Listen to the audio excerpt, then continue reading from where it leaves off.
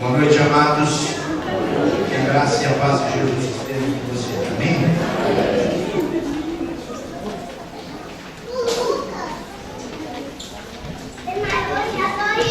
Vamos abrir a palavra de Deus no Evangelho de Marcos. Assim, as crianças, por favor. Cadê a tia Patrícia? Já está descendo? Olha lá, tem uma moça bonita lá.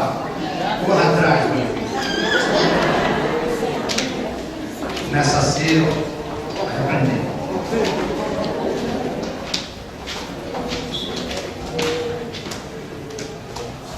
Capítulo 7, verso 24.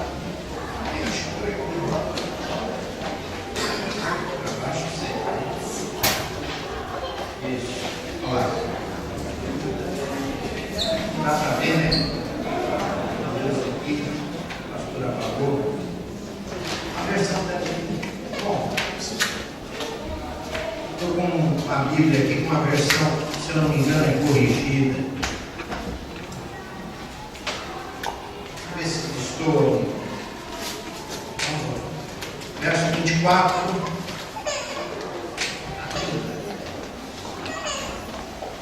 Capítulo 7. É o texto em que Marcos narra a história da mulher cananeia, da mulher sírio-fenícia.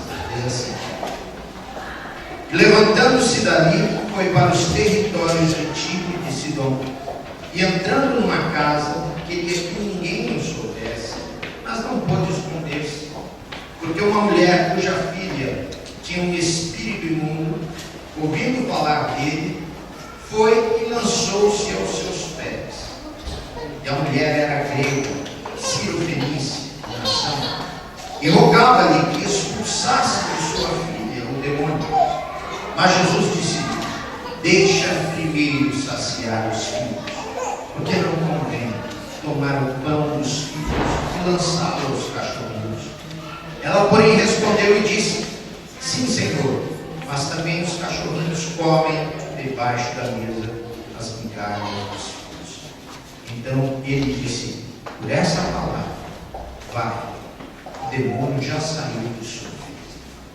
E indo ela para sua casa, achou a filha deitada sobre a cama, pois o demônio já tinha saído. Amém? Vamos orar.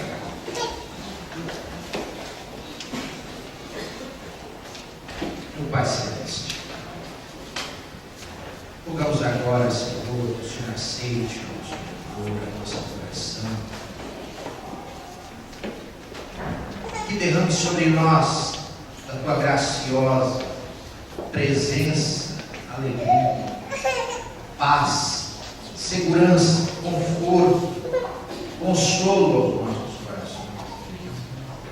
O Senhor esteja fortalecendo, Senhor, o nosso coração nesse instante, em especial os teus filhos que perderam o neném. Ó Deus, em nome de Jesus, derrama a tua graça sobre nós. Vem sobre as nossas famílias, com bênção. Vem sobre os nossos filhos, com bênção. Vem sobre os nossos netos, queridos, ó Pai, com a graça, com o teu amor. Em nome de Jesus, nós oramos. Fala aos nossos corações. Amém.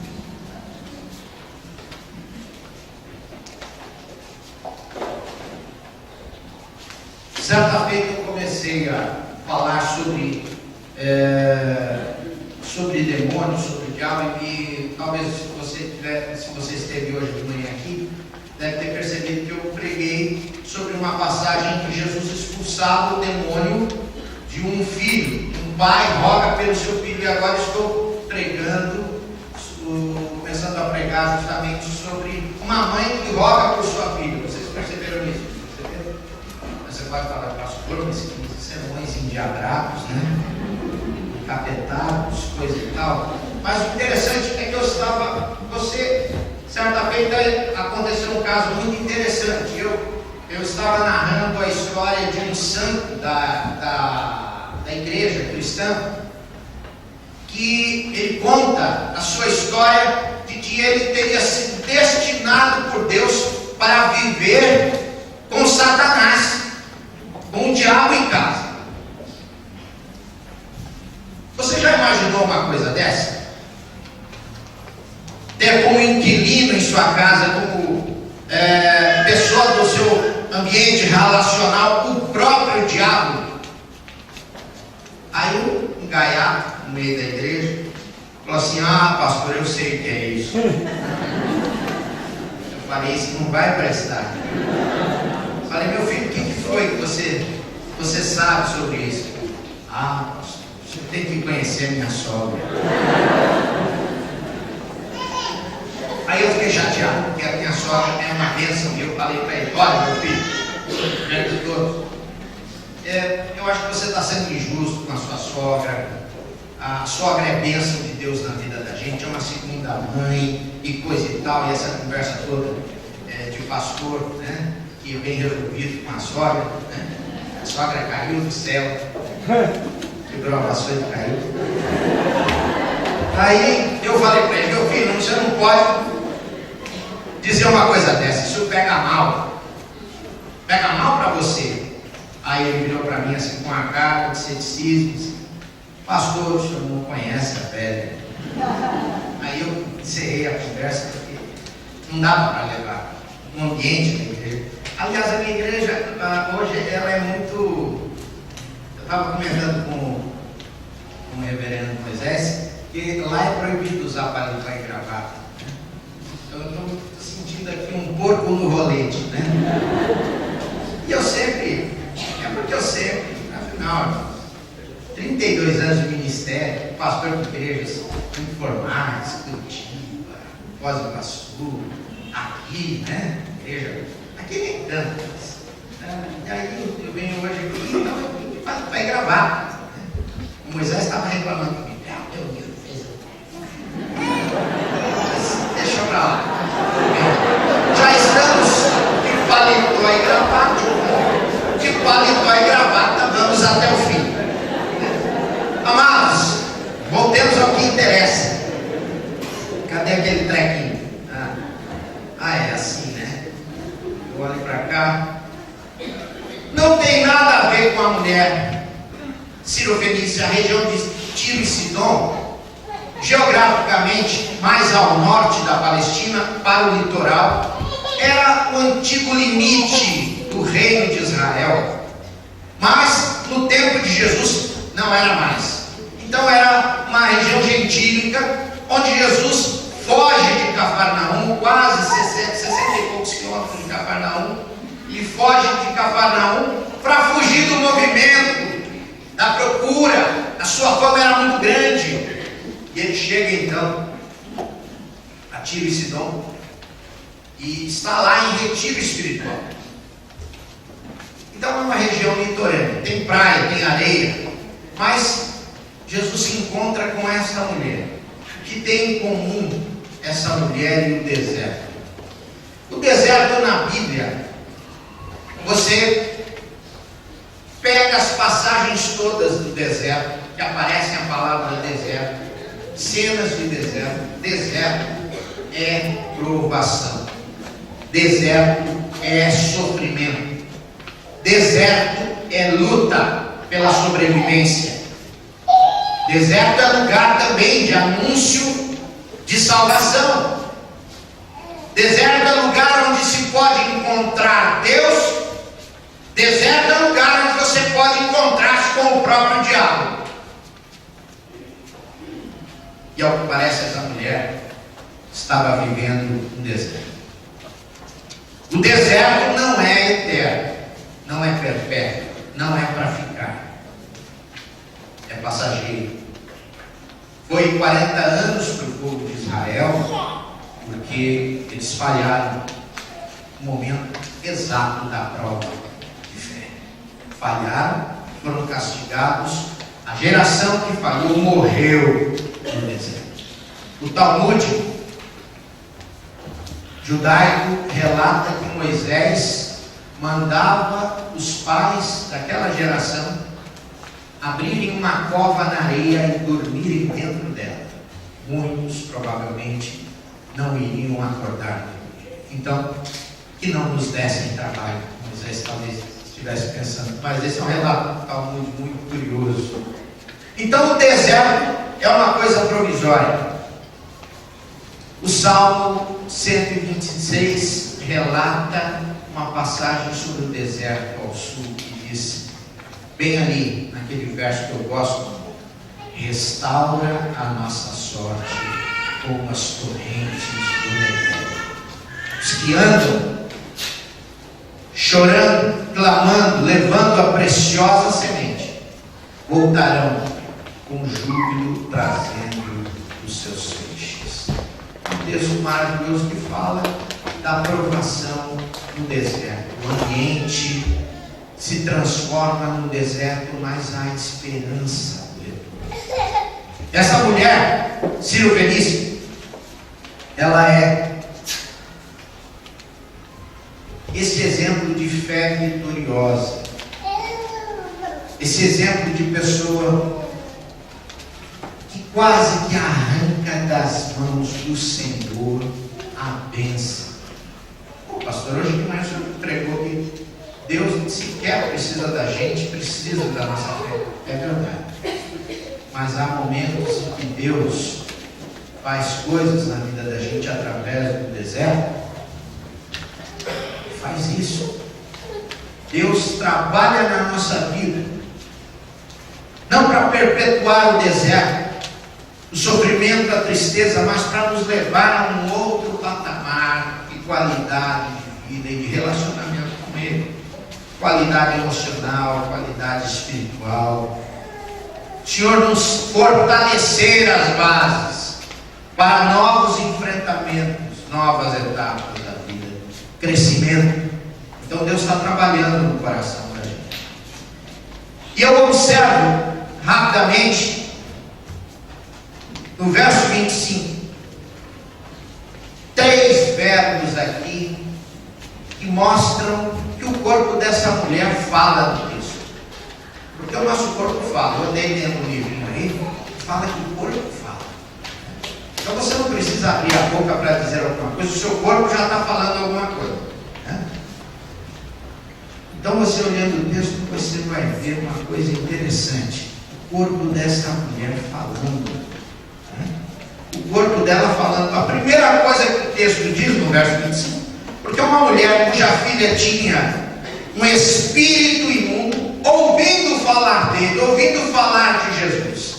Você sabe que está comprovado cientificamente que a gente só ouve o que nos interessa. Você sabia disso? Você só ouve o que te interessa. Nós ouvimos só o que nos interessa.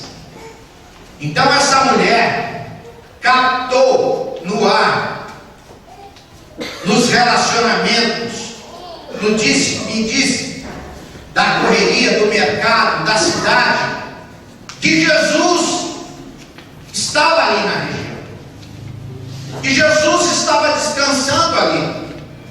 Quem sabe um dos discípulos de Jesus teria ido comprar alguma coisa e alguém reconheceu, alguém ficou sabendo, enfim, uma coisa inexplicável, difícil de se controlar, o sigilo da presença de Jesus. E essa mulher ouviu falar desse Jesus. Mas quem é esse Jesus? Está todo mundo. É essa pessoa assim, assada, que tem sido usado por Deus de forma maravilhosa, com prodígios, sinais, maravilhas e tal. E essa mulher, na situação dela, convivendo cotidianamente com o diabo dentro da sua casa, com o demônio dentro da sua casa. Quem conhece o mal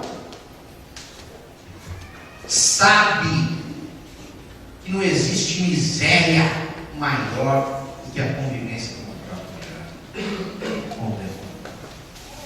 E eu não tenho dúvidas que Deus já estava trabalhando na sua vida antes mesmo de Jesus aparecer por ali, antes mesmo dela ouvir. Já estava preparando o seu coração. E ela com certeza se perguntava: haverá consolo nessa vida? haverá conforto, haverá algum remédio que possa solucionar esse problema.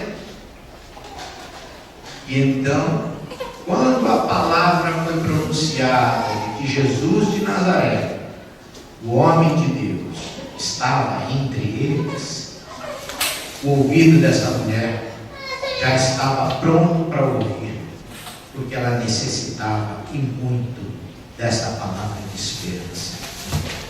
A gente ouve o que a gente quer. Pelo ouvir da palavra de Deus vem a fé no coração.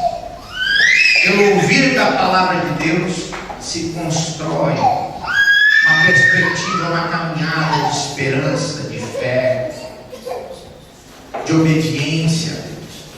Então ela estava ouvindo. A segunda palavra que nós vemos ali, ao ouvir, ela foi. E é muito significativo. Ela foi. Significativo porque hoje, no século XXI, a chamada pós-modernidade, a modernidade onde os valores estão desprezados e jogados no lixo, onde o principal Deus se chama dinheiro. E aí eu lembro daquela historinha, né, da criança lá em Manhattan, numa escola em Manhattan, nos Estados Unidos, Nova York, e a professora pergunta para a sua classe: olha, quem responder essa pergunta vai ganhar $1. Quem foi o homem mais importante da história da humanidade? Interrogou a professora e um menininho lá levantou a mão. Responda. Foi Jesus de Nazaré. Professor, muito bem, venha pegar o seu dólar. O menininho saiu do seu lugar e foi até a frente. Na hora que ele ia pegando o dólar, a professora segurou o dólar. Ela falou: mas peraí, você não é judeu? Você não deveria responder que o homem mais importante da história da humanidade é Moisés? E a professora segurando o dólar. É verdade, professor. É verdade, eu sou judeu. Mas negócio é negócio. Puxou o dólar. O Deus é o dinheiro. A pós-modernidade é isso. Não tem valor nenhum. Igreja serve para nada. Não existe igreja na era de Aquários. Pós-modernidade é isso. E tem uma coisa muito interessante. Zygmunt Bauman, sociólogo, eu gosto muito dele. Ele conversando com outros, dialogando, com que respondendo no seu livro a um outro filósofo, ele pronuncia uma frase que eu acho muito interessante: a vida é uma corrida sobre o gelo fino. Se pararmos, o gelo racha e nós afogamos. As pessoas, a nossa modernidade, estão correndo para todo lado. Sabem que não podem parar. Correm, porque essa é a lei da modernidade, a velocidade. Tudo tem que ser feito com rapidez, agilidade, correr. Não sabe para onde, mas corra. É a ideia. Mas é fundamental a gente saber para onde a gente ir. E essa mulher sabia. Ela foi para Jesus. É Jesus, o Filho de Deus. Ela talvez não soubesse que Ele era o Filho de Deus. Talvez ela não soubesse que Ele era o próprio Deus. Mas algo estava dizendo ao seu coração que era o caminho a tomar, o caminho certo, o caminho da esperança, o caminho da bênção, o caminho de um encontro muito especial que atravessaria o caminho da vida dela e faria com que ela mudasse de rumo definitivamente, ela e sua casa. Então é importante você ir, mas saber para onde ir é fundamental. Ela foi, né? E eu estou lendo um livrinho do Oliver Sacks, que é um neurologista, ele romanceia as suas clínicas, os seus aconselhamentos, e ele conta um caso muito interessante, muito engraçado, de um professor que ele confundiu a mulher com um chapéu. Você já imaginou? Não, e é um professor que está na ativa, dando aula, mas ele tem uma deficiência neurológica, que ele não consegue reconhecer as pessoas, sequer ele se reconhece no espelho. Ele não consegue se reconhecer, mas por causa de alguns sinais mais importantes e significativos, um ou outro, ele reconhece a si mesmo, reconhece amigos, da orelha grande, da pestana maior, da sobrancelha maior, o bocão grandão. Então, eu fulano do bocão grandão, mas nem a esposa e os filhos ele reconhece, só pela voz. E ele confundiu a mulher com um chapéu. Que coisa interessante. E ele proclama então, Oliver Sacks, no final desse capítulo, o discernimento é fundamental para a gente sobreviver na vida. É fundamental. Discernimento. Coisa que ninguém está preocupado. Eu quero ser abençoado por Deus. E se abre para qualquer coisa. Tem que se abrir para a coisa certa. Eu quero seguir na direção de Deus. E entra por muitos caminhos. Qualquer caminho vai dar em Deus. Não é assim não, não é assim não. Cada um tem o seu Deus. Não, querido. Filosoficamente isso é uma incongruência. Deus é Deus, só tem um. Não tem o meu Deus, o seu Deus. Não, o que pode ter são projeções, são roupas cortadas especialmente para você, como um alfaiate. Um Deus que você inventou. Então as pessoas abriram mão do discernimento e estão vestindo um Deus preta-porteiro. É uma coisa assim, genérica. Ou então, um alfaiate. Abriram mão do discernimento. Mas essa mulher não. Ela entendeu que era Jesus e ela foi na direção de Jesus. Isso é muito importante. É muito importante a gente observar isso. Quando a pessoa vai até Jesus, uma coisa, para quem está no meio de um deserto, ter discernimento de que Jesus é quem vai resolver o seu problema. A coisa fundamental para essa pessoa é a consciência do naufrágio, que eu dei uma pincelada hoje de manhã. Ortega y Gasset e Karl Jaspers, debatendo sobre isso, trabalham essa metáfora do naufrágio, que é uma coisa muito bíblica, porque os dois são cristãos. A questão do conhecimento de si mesmo, da sua fraqueza, da sua impossibilidade, da sua fragilidade. Essa mulher tinha de sobra, porque quem convive com o diabo pode sucumbir ao complexo de imaginar-se amaldiçoada para a eternidade. Não é verdade? Conviver com o diabo é sentir-se amaldiçoada a cada dia. O sol não brilha. Então, quando essa pessoa começa a ter consciência do seu fracasso, da sua condição humana, começa a cura, meus irmãos. Ela está aberta, com discernimento, ela está aberta para encontrar com Jesus. E como Kierkegaard fala, respondendo a Nietzsche, um homem à beira do abismo de Nietzsche, Nietzsche fala de forma muito interessante que ele é o homem da coragem.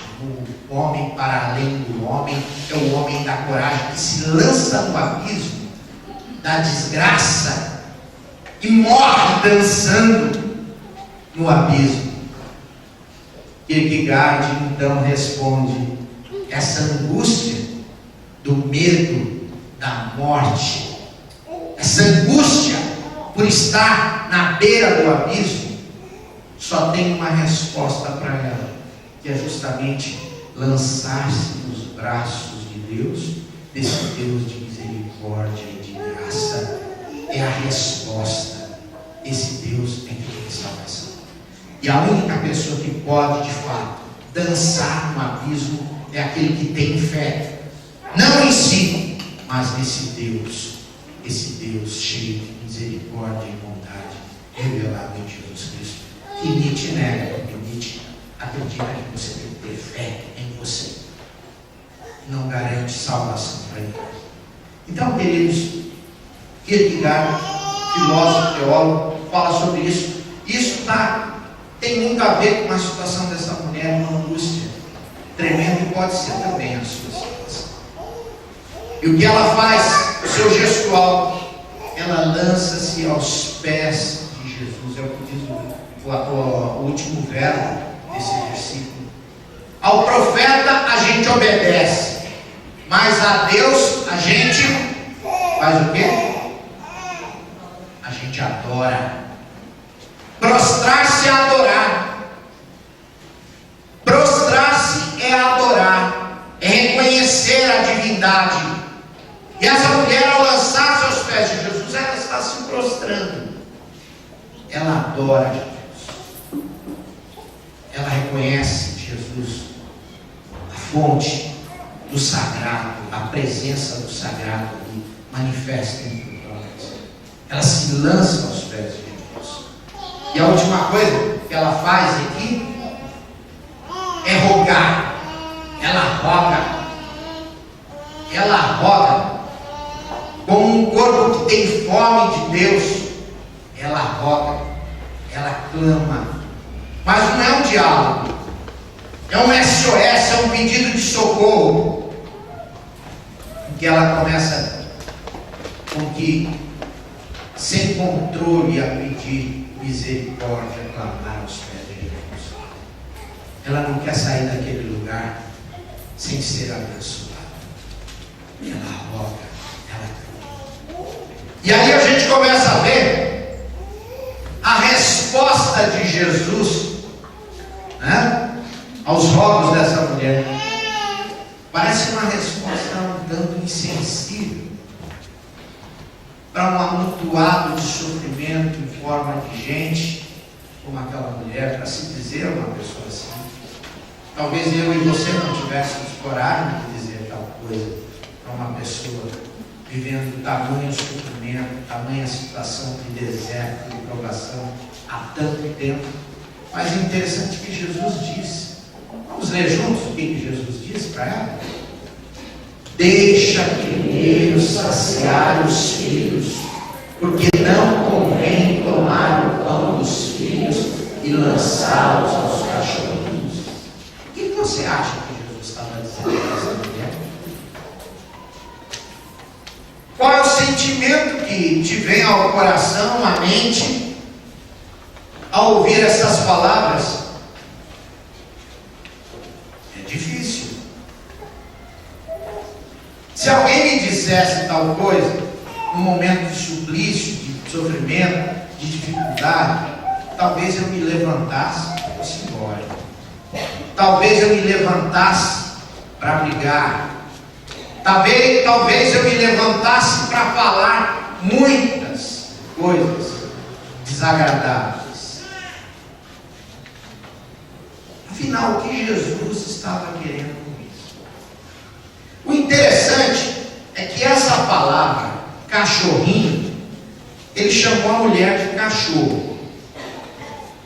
A gente sabe que o judeu trata todo aquele que não é judeu, gentil, de goi, cachorro, cão.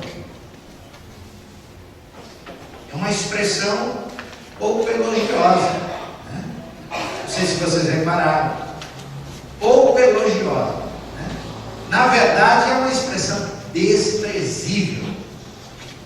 Não se assenta com um não judeu numa mesa, porque ele é um cachorro, ele é um cão. Não lancem pérolas aos cachorros. Então, o cachorro tá. Tem outro ditado judaico também: não lancem pérolas aos porcos. E Jesus toma essa palavra muito usada pelos rabinos a respeito daqueles que são gentios, que não são judeus. Mas Jesus coloca uma coisa diferente, que nós não estamos vendo aí.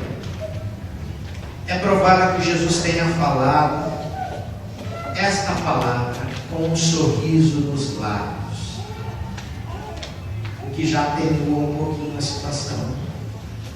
Jesus, o Deus que veio o nosso sofrimento, viu o sofrimento dessa mulher há tanto tempo, sabia que essa mulher iria até ali.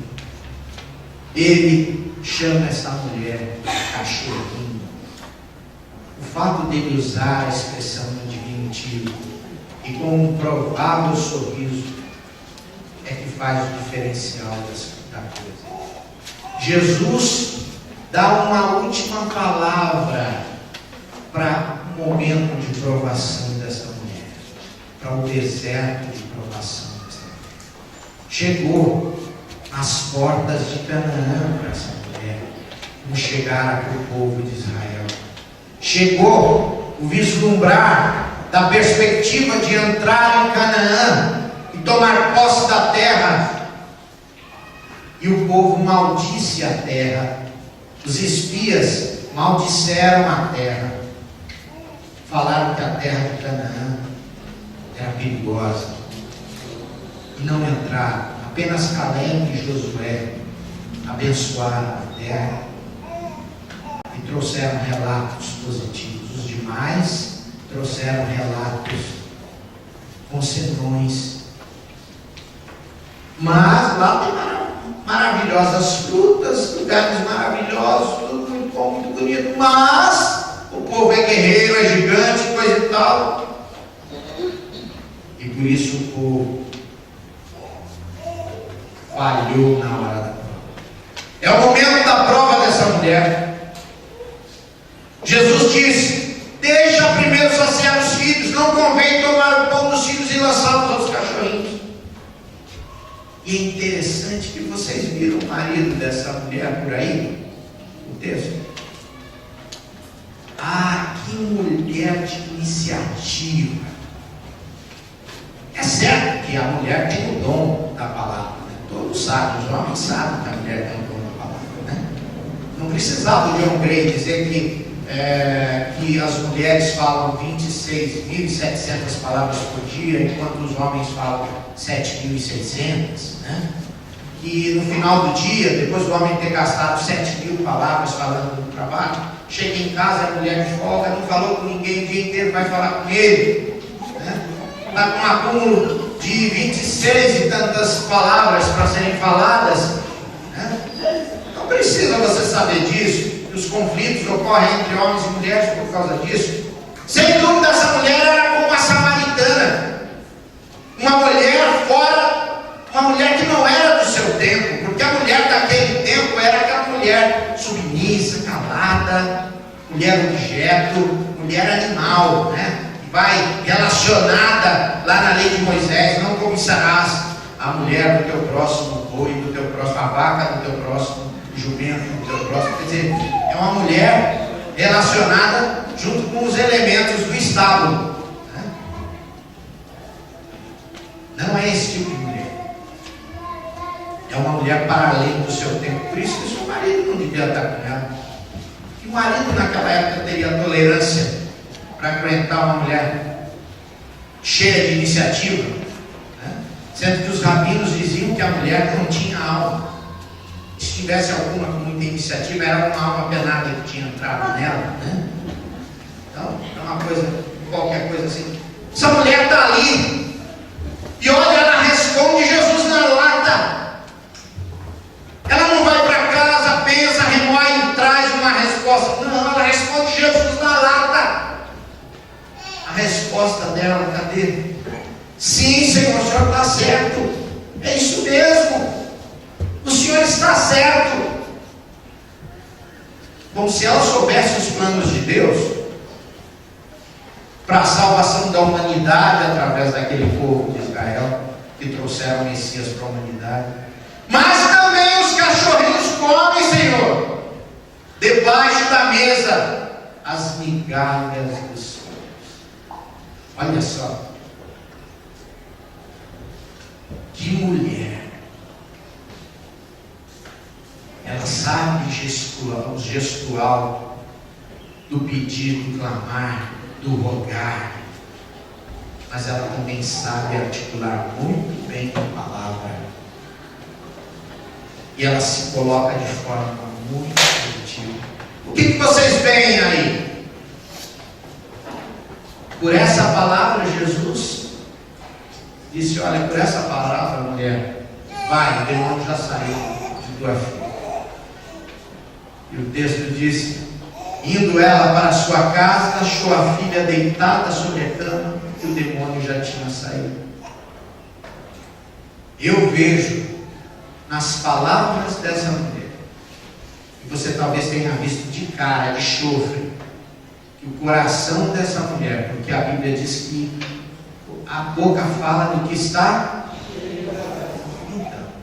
Então eu vi também isso, que essa mulher tem um coração cheio do quê? De humildade. Mas estava cheio de mais alguma coisa também. Cheio do quê? De teimosia santa. Sabe aquele caboclo? Não é um masoquista que apanha e gosta de apanhar, né? Não sei se você é assim. A gente apanhou muito quando era criança, a gente acaba gostando de apanhar, né? Não é esse o caso. É o camarada insistente, aquela teimosia para as coisas certas. Essa mulher tem essa teimosia no coração, lutar pela coisa certa. Ela é teimosa, ela não arredou o pé. Alguém poderia se sentir humilhado, mas ela foi humilde e ela foi teimosa no coração. Ficou ali esperando. Sabe por quê, queridos? Eu acho que ela tinha no coração, eu não tenho dúvida disso, ela tinha dentro do seu coração a visão, a convicção de um Deus de misericórdia de ti. Está com os olhos, diante dos seus olhos, o Deus de misericórdia, o Deus que nos sustenta. Que no final do Salmo 23, a palavra lá é exede, é aquela mesma palavrinha de Betesda. Betesda, casa de misericórdia. Aquela palavrinha que diz lá: bondade e misericórdia me seguirão todos os dias da minha vida, e habitarei na casa do Senhor para todo sempre. No final do Salmo 23. Misericórdia. O que é misericórdia? É uma palavra jurídica. O condenado aspira por misericórdia. É alguém que foi penalizado. Ele sabe que é culpado. Ele sabe que merece o sofrimento. Ele sabe que o seu destino é o fracasso, é a morte, é a desgraça, por sua própria culpa. Mas ele aspira pela misericórdia. Ele espera misericórdia. Misericórdia é o levantar da pena, é o alçar da pena, é o retirar a pena. Não é tornar o indivíduo inculpado, é retirar a pena dele. Então é o reconhecimento da misericórdia, ter Deus de misericórdia diante dos olhos. É isso. Essa é a vivência que esta mulher passa. Como salmista, confiarei na misericórdia de Deus eternamente, no Salmo 52:8. É assim que Deus trabalha a nossa vida, o nosso coração, para que cresçamos. Cresçamos para quê? Queridos, Deus tem um propósito para a minha vida e para a sua vida. Que propósito é esse, pastor? A Bíblia diz que nós somos predestinados para sermos a imagem e semelhança do seu Filho. É para isso o Senhor nos quer fazer cada vez mais parecidos com Jesus. E essa mulher que viveu tantos anos ao lado do próprio demônio em sua casa, pôde experimentar alívio, bênção, consolo e conforto. Não terá Deus alguma coisa para nós? Ele tem sim, com certeza Ele tem. É por isso que Ele pede: dá-me, filho meu, o teu coração. Quando a gente se dispõe como essa mulher, com essa fé sentida, com essa fé presente, palpável, concreta, que se manifesta num gestual e em palavras incisivas, que movem o coração do próprio Deus, que revelam que ela passou o momento da prova, que ela venceu por causa da misericórdia do Senhor, e encher esse coração com a sua graça. Então, queridos, é tempo da gente desfrutar do consolo, é tempo de desfrutarmos da presença do Senhor. Dá o teu coração para quem pode trabalhar de fato. Coloque a tua vida, o teu coração nas mãos daquele que é o médico dos médicos e pode de fato sarar a tua vida, te abençoar, como abençoou a mulher Silvícia. E você será também alguém com uma fé de Deus. Amém? Eu gostaria de cantar uma canção agora no final desta palavra. Queria pedir que Sandra viesse. E uma canção que me toca muito o coração já há muitos anos. E fala quando Jesus estendeu a sua mão para mim. Você conhece essa canção? Você conhece? Canta com a gente.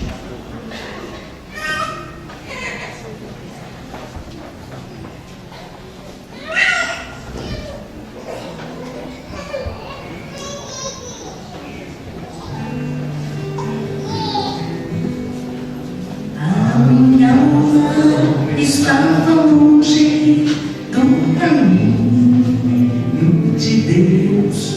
Eu era pobre, perdido, pecador,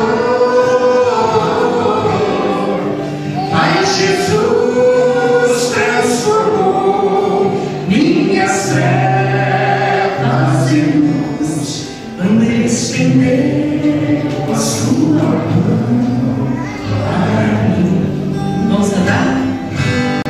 Quando Jesus estendeu a sua mão, quando estendeu sua mão para mim, eu era pobre, perdido, sem Deus, sem Jesus. Quando Ele estendeu a sua mão para mim, agora regozijo desde que o aceitei. Na tempestade eu posso sossegar,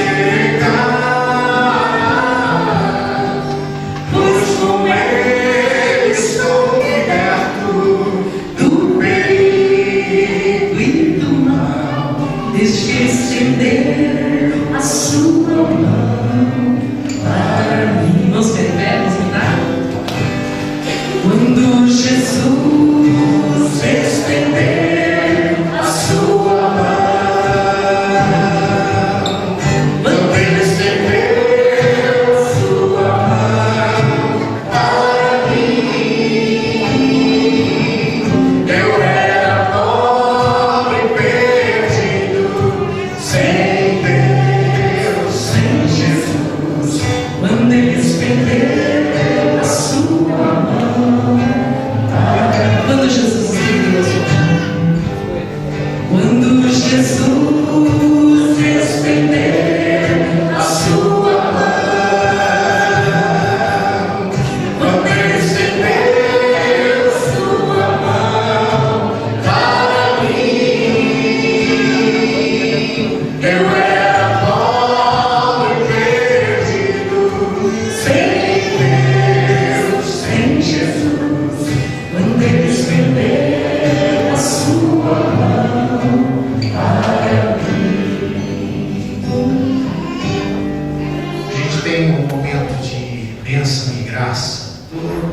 de culto, todo domingo, em que eu digo assim: perto está o Senhor de todos os que o invocam, de todos os que o invocam em verdade.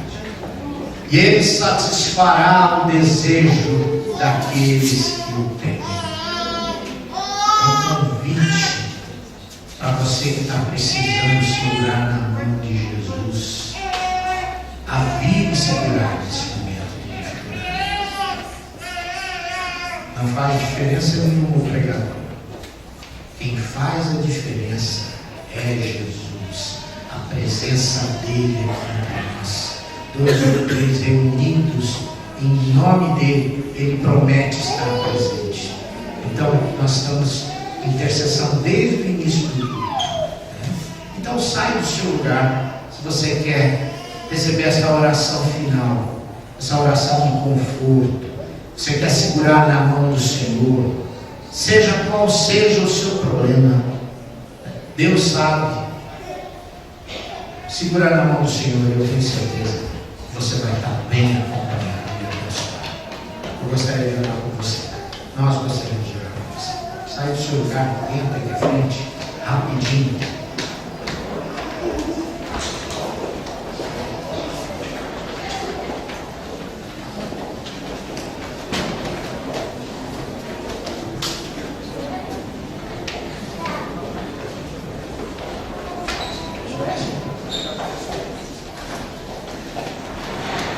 Eu gostaria de poder botar a mão na cabeça de cada um, se o pastor também colocasse, mas não vai ser possível. Eu gosto de fazer isso, de sentir as pessoas, mas a minha igreja é pequena e essa aqui está bem demais. Está na hora de dividir ela. Mas é bom a gente sentir a mão na cabeça, o pastor orando por nós, né? Nos abençoando. Então, eu queria que você sentisse a mão de Jesus agora sobre isso. Amém? É como se Jesus estivesse pondo a mão sobre a sua cabeça agora e te abençoando, como ele disse para aquela mulher: vai, mulher, tua filha já está liberta, você já está abençoada. Então, eu também quero declarar sobre vocês essa bênção. É isso que a gente faz todo final de domingo, declarando a bênção sobre vocês. É uma palavra profética, né? Nós somos profetas, fomos escolhidos, vocacionados para isso. O Senhor repousou sobre nós para esse fim e repousa sobre você para realizar a sua missão também, com provas, com deserto ou sem deserto. Vamos orar. Deus de misericórdia, Pai eterno, Senhor, o Senhor sabe da nossa luta, o Senhor sabe das nossas dores, o Senhor sabe do nosso sofrimento. O Senhor tem permitido tudo isso.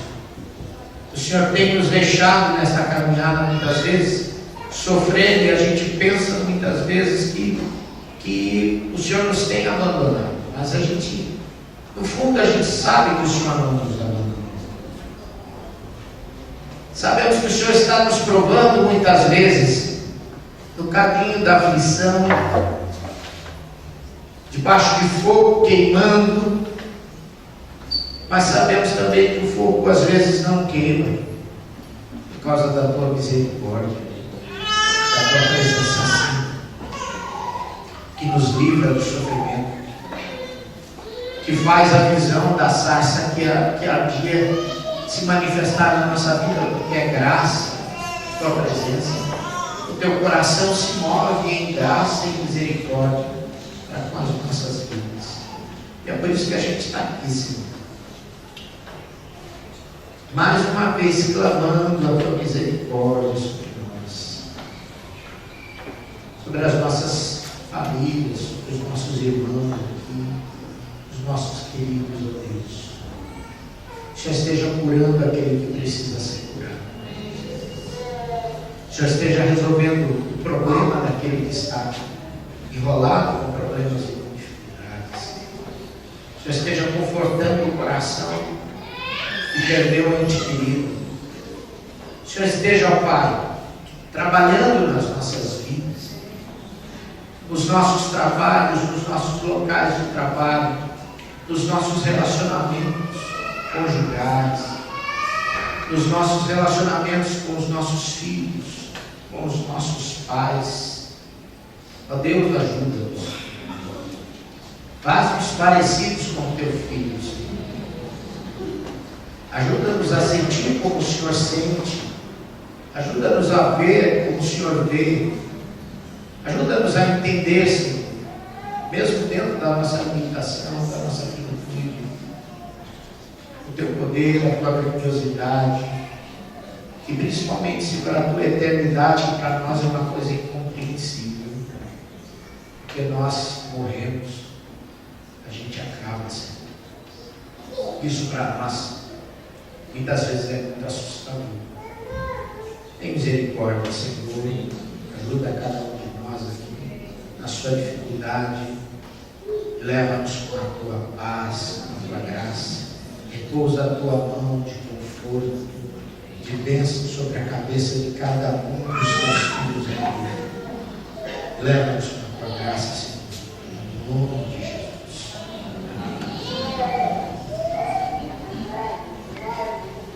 Recebamos a bênção, amados. Que tua vida, amigos, seja sempre para melhor.